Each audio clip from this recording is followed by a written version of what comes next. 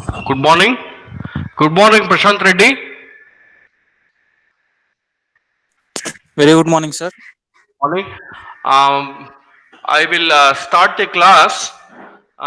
Can please ask your friends to join eventually. Okay. Okay, okay, sir.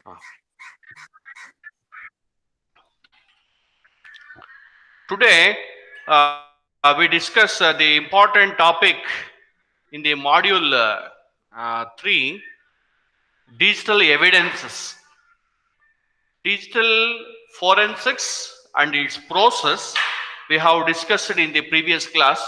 Today we will in depth try to understand what are the digital evidences, what are its importance, and how we can collect the digital evidences, how it improves the process of digital investigation, how crucial and significant digital evidences are.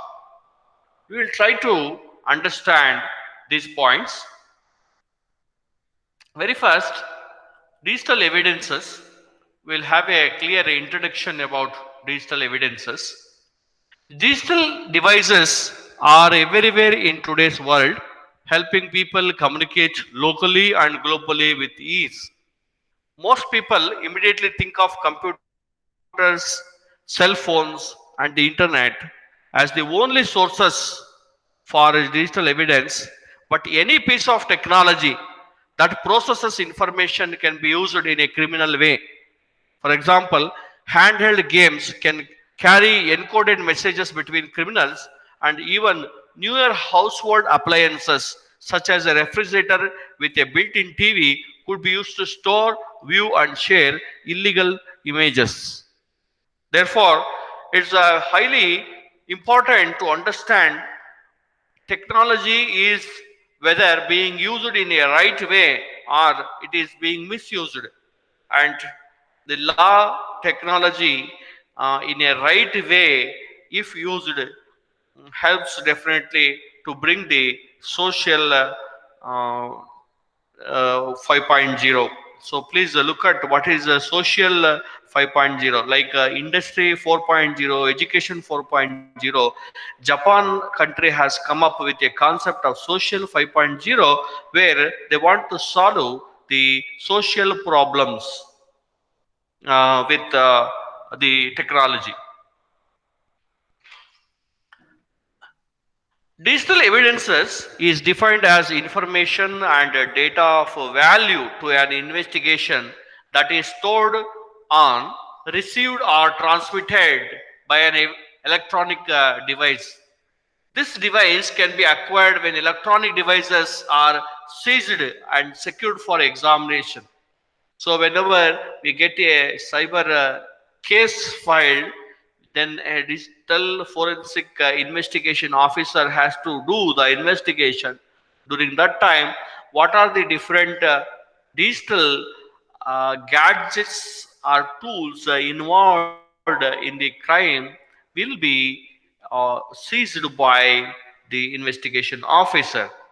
And that, as I have told you in the previous class, the digital the evidences will not be apparently available. It may be hidden, and we have to dig it out, like a fingerprints or DNA evidences crosses jurisdictional borders, because the internet crimes cannot be, you know, having the borders, right? So because the internet is global, passes across different countries, the jurisdictions, the law process will be different from countries to countries. Therefore, it crosses jurisdictional borders, quickly and easily can be altered, damaged, or destroyed with little effort, can be time sensitive. One second.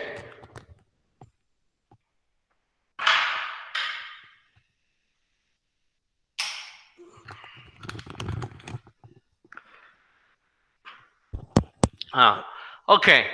So there are many sources of digital evidences, but for the purpose of this discussion, The topic is divided into three major forensics categories of devices where evidence can be found: internet based, standalone computers or devices, and mobile devices.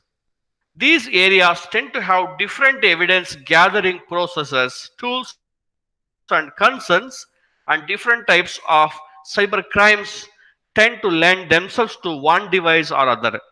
Digital evidence is defined as information and data of value to an investigation that is stored on, received, or transmitted by an electronic device. This evidence can be acquired when electronic devices are seized and secured for examination. Digital evidence is latent, hidden, like fingerprints or DNA evidence. What is the principle of digital evidence? So you have to know what is the principle of it. Information that is stored electronically is said to be digital because it has been broken down into digits, binary units of ones and zeros, as you are all aware, that are saved and retrieved using a set of instruction called software or code. Any kind of information, photographs, words, spreadsheets, can be created and saved during these types of instructions. Finding and exploiting evidence saved in this way is a growing area of forensics and constantly changes as the technology evolves. The tools used, the evidences from it may the tool, the evidence, digital evidence may be same, but the way we extract the data, that process, that technology also may change, evolve as technology changes. Internet, the launch of the internet or World Wide Web in the mid 1990s truly assured in the age of access. For the first time, individuals outside the academic world could use it to connect with others and their computers in a brand new way. The internet opened up access to a world of information and resources, but also provided a highway for the traffic of illegal messages, information, and espionage, as we have seen so far in several classes when we discussed with respect to cyber crimes and so on. Because of the global access to information and to other computers, criminals are able to use this access to hack into financial and communication systems, major corporations, and government networks to steal money, identities. We have discussed identity theft, right? Different identity theft people will steal, and they will use it for different purposes of hacking and other things, are to sabotage systems. One of the biggest challenges in internet crime is for investigators, laboratory, and technical person to understand how the process works and to stay closely engaged with advances in software and tracking technologies. This is highest of difficulty because every crime might have been done in a different way. They have to understand that a same crime can be done using different technologies. Therefore, all those technologies, how a crime has been committed, has to be understood by the investigation officer and his team. More importantly, that is very challenging. How it works, we have to understand. Any computer that connects to an internet service provider becomes part of the ISP's network, whether it is a single computer or part of a local area network at a workplace. Each ISP connects to another network and so on. In this way, the internet is literally a web of networks where information can be sent and received to any point on the web from any other point. This global collection of network has no owner, decentralized. It is very hard to control, or it is not possible to control to the greater extent, or overall controlling of the network. is highly difficult. So it operates like a community with all the pros and cons. You might find it in any other community. Friends, let us see what is this computer, how this computer has evolved.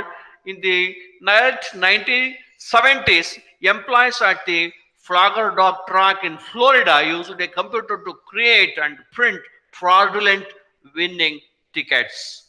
This prompted Florida to enact the first computer crime law, the Florida Computer Crimes Act, which declared unauthorized use of computing facility a crime. Federal law followed in 1984. Computer crimes continue to be a growing problem in both the public and private sector. A single computer can obtain evidence of criminal activity carried out on the web, or the criminal use can be contained in the computer itself, such as pornography, copyright infringement, extortion, counterfeiting, and much more. Digital evidence is located on the computer's hard drive and peripheral equipment, including removable media such as thumb drives and CD-ROM disks. Mobile devices. Although handheld devices, voice transmission happens using radio transmission have been in use since 1940s. The walkie-talkie we are talking about, the first version of what we would now call a cell phone was not developed until the 1980s. Cell phone use around the world skyrocketed in the 1990s and hit 4.6 billion cell subscription by the end of 2009. Cell phone and wireless technology has expanded to include many types of mobile devices such as tablet computers and handheld video games. Once used only for voice communications, today's cell phones are also used to take digital photos and movies, send instant messages, browse the web, and perform many of the same tasks as a computer. Mobile devices allow criminals to engage in ever-growing variety of activities, and the devices keep track of every move and message. It is this tracking capability that turns mobile devices into key evidences in many cases. So, mobile, computer, and internet, these are mainly three sources of evidence. Even though we have several other digital evidences, these are three important evidences that we need to consider in the investigation of cyber forensics. Now, try to understand why and when is digital evidence examined. Digital evidence may come into play in any serious criminal investigation such as murder, rape, stacking, carjacking, burglary, child abuse, or exploitation, counterfeiting, extortion, gambling, piracy, property crimes, and terrorism. Pre and post crime information is most relevant. For example, if a criminal was using an online program like Google Maps or Street View to case a property before a crime, or posting stolen items for sale on Craigslist or eBay, or communicating via text message with accomplices to plan a crime or threaten a person. Some crimes can be committed entirely through digital means such as computer hacking, economic fraud, or identity theft. In any of these situations, an electronic trail of information is left behind for a savvy investigation team to recognize, seize, and exploit. As with any evidence gathering, following proper procedure is crucial and will yield the most valuable data. Not following the proper procedure can result in lost or damaged evidences and rendering it unadmissible in court. Therefore, the digital evidence collection process becomes very, very important very crucial for the successful of any digital forensic investigation process. How it is done, how evidences may be gathered in the highest superficial or surface level, we can say digital evidences are gathered digitally. Computer documents, emails, text and instant messages, transactions, images and internet histories are examples of information that can be gathered from electronic devices and used very effectively as evidence. For example, mobile devices use online based backup system, also known as cloud, that provide forensic investigator with access to text, messages and pictures taken from a particular phone. These systems keep an average of 1000 to 1500 or more of the last messages sent to and received from that phone. In addition, many mobile devices store information about the locations where the devices traveled and when it was there. To gain this knowledge, investigator can access an average of the last 200 cell locations addressed by a mobile device. Satellite navigation systems and satellite radios in cars can provide similar information. Even photos posted to social media such as Facebook may contain location information. Photos taken with a global positioning system enabled device contain file data that shows when and exactly where a photo was taken. By gaining a subopina for a particular mobile device account, investigator can collect a great deal of history related to device and person using it. Friends, therefore, this process of collecting the data is very important. Who conducts the analysis is important. According to the National Institute of Justice, digital evidence should be examined only by those trained specifically for that purpose. With the wide variety of electronic devices in use today and the speed with which they can change, keeping up can be very difficult for local law enforcement. Many agencies do not have a digital evidence expert on hand, and if they do, the officer might be a specialist in cell phones but not social media or bank fraud. A detective may be able to log into eBay and look for stolen property but may be unable to capture cell phone text messages histories and could be destroyed evidence just by trying. Many take an interest in the area and learn what they can, but there is no single path to digital evidences. Expertise, qualification, and certification are not standardized across the country. Incorporation of digital seizure techniques is becoming more widespread in first responder training. Certified digital media examiners are investigators who have the education, training, and experience to properly exploit this sensitive evidence.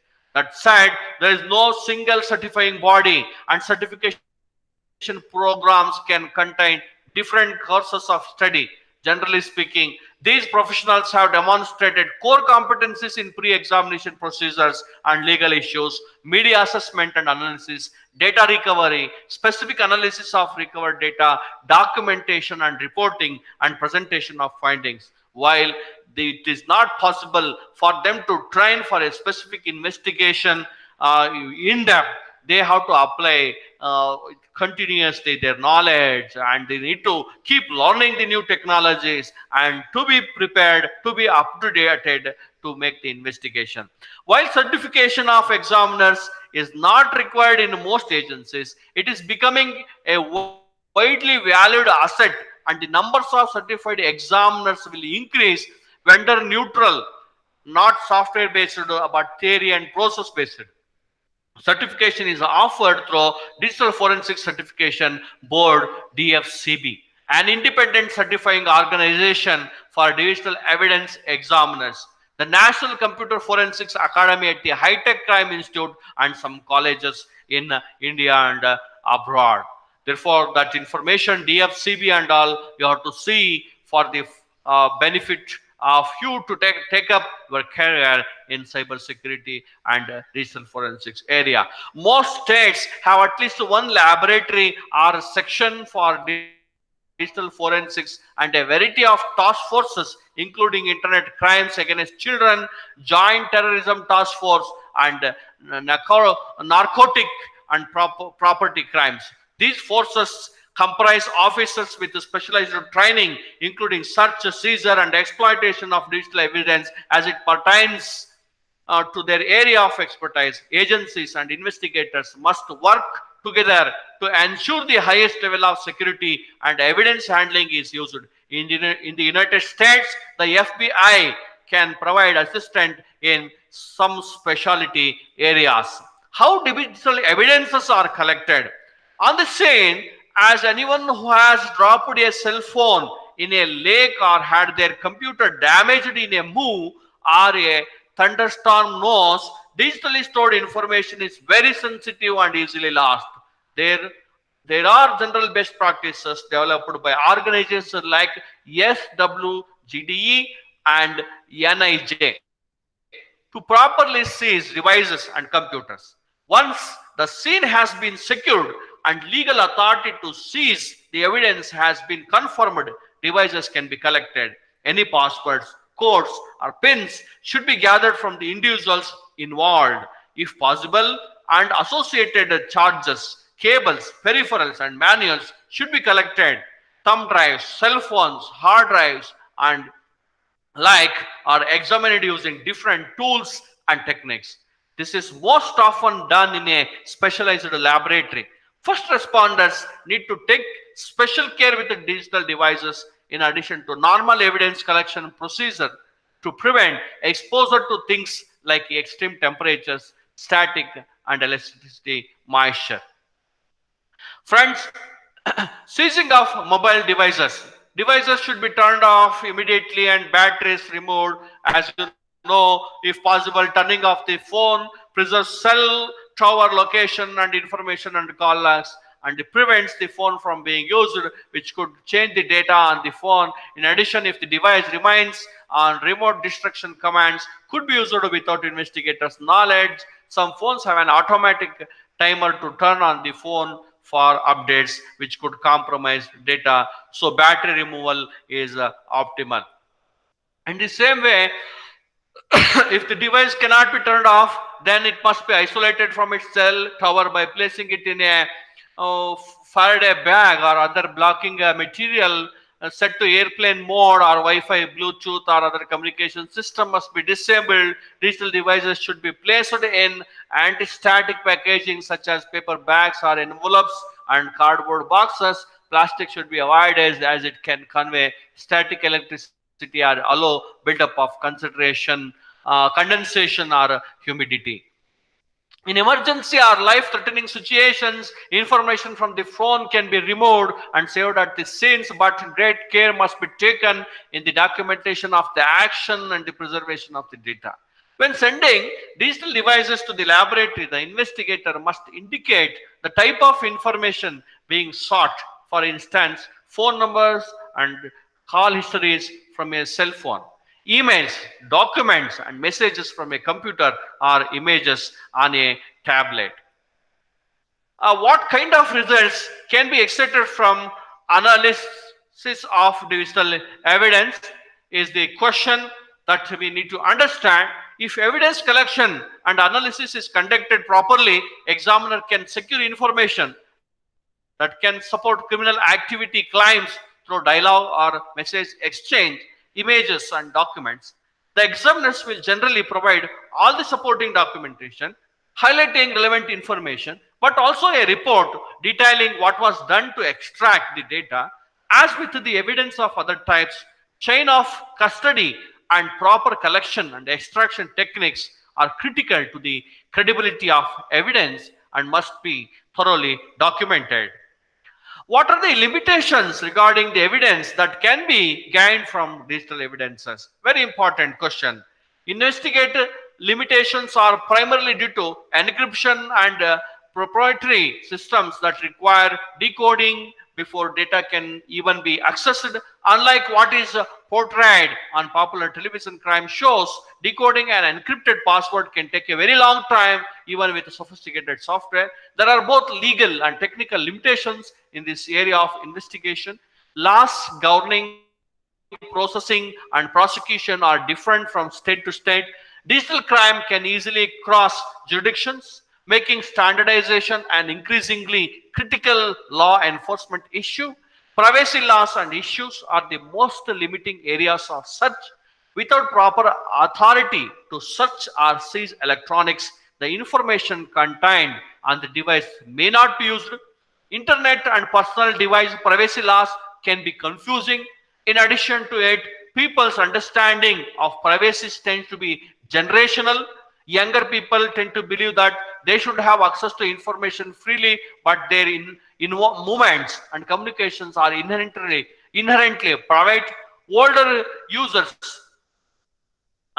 tend to understand that their movements and communication can be tracked and have a lesser expectation of privacy. Right? From generation to generation, this varies. Data ownership can be an issue as well.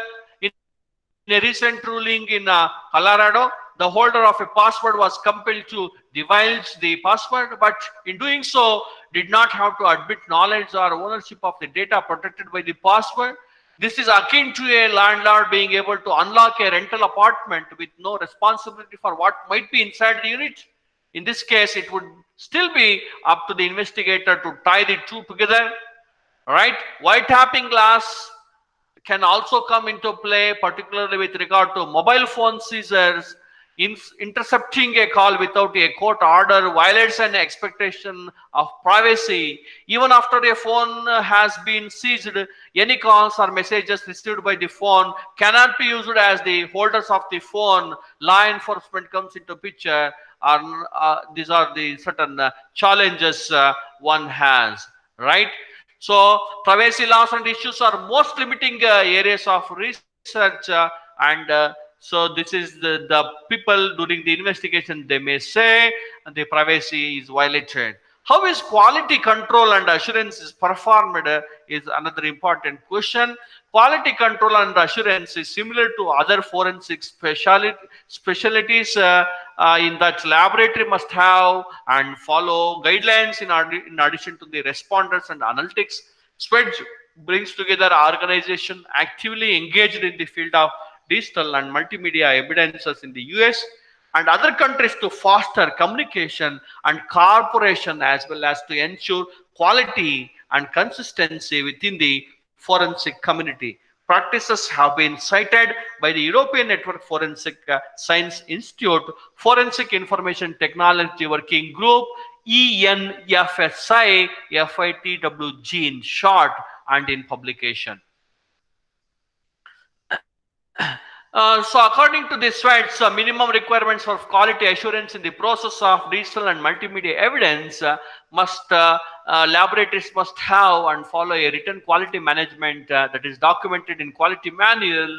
QMS is similar to those in other types of forensic laboratories in that it defines structure, type of forensic laboratory in that it defines responsibilities, procedures, process, and resources and error-free work and all these informations. To ensure that most accurate analysis of evidence, the management of forensics laboratories puts in place policies, procedures that govern facilities and equipment, methods and procedures, and analyst qualification and training. Depending on the state in which it operates, a crime laboratory may be required to achieve accreditation to verify that it meets quality standards. There are two internationally recognized accrediting programs focused on forensic laboratories.